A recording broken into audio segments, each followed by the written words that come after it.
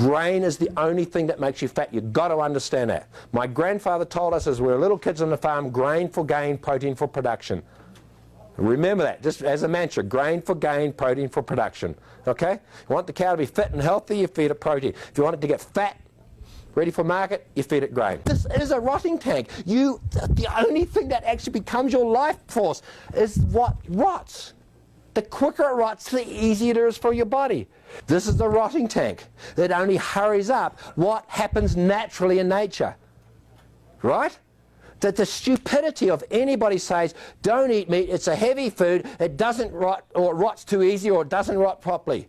That's why when we give the cow, which has got 500% increase in fermentation process of what we got, okay? Because you've got this huge long fermenter, okay? If we give it grain, even ground up into flour, only 20% of the nutrition is available to her. 80% is not even available. And she's 500% more efficient than you. And you think bread is food. Ground beef comes from the lowest, poorest quality animal. It comes from the old cows from the dairy industry and the bull herd, okay? Prime beef comes from a 300-day-old animal that probably spent 200 days on the farm and maybe 100 days on the feedlot at best, okay? 90% of all your prime beef is basically range cattle. Grass-fed will have a different flavour, a more stronger flavour, okay? Grain-fed in the feedlot will be actually more tender. Because when you feed a cattle a high level of grain, the fat layer, which is actually not cellulose, it's not toxins, it's actually the essential amino acids, it's omega-3 and omega-6 complex, gets layered down between the fissures of the meat. And grass feed, they lay it on the outside. Now, fat is the only thing your body needs. In fact, even when you eat meat, that's not the best quality protein. Actually, the fat is the actual best quality protein, okay? Remember, there's got to come essential fatty acids. See the lies you've been told? That's why the Eskimos ate the blubber, not the meat.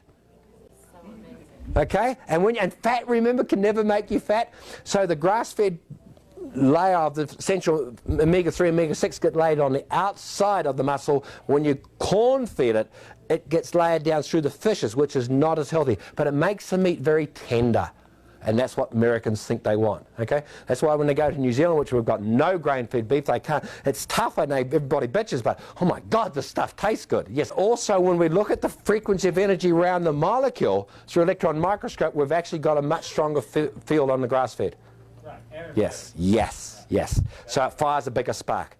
Okay, now from the grass-fed, if you go catch a wild animal, it's even got bigger field. Okay, and we've done this very, very thoroughly in New Zealand at our Ruakura Ag Research with the fish in the fish tanks, you know. Wonderful, healthy fish in the salmon tanks, okay?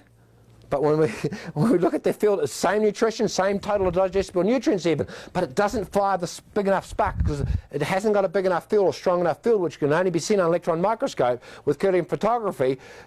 And so if it hasn't got a big enough field to start with, it can't capacitor charge. In other words, it's not a big enough capacitor. So the more in nature it is, the greater the capacitor build up here to fire a bigger spark. And remember, the spark is what becomes your life, not the food. Got to understand that, guys. It's the lightning strike that becomes you.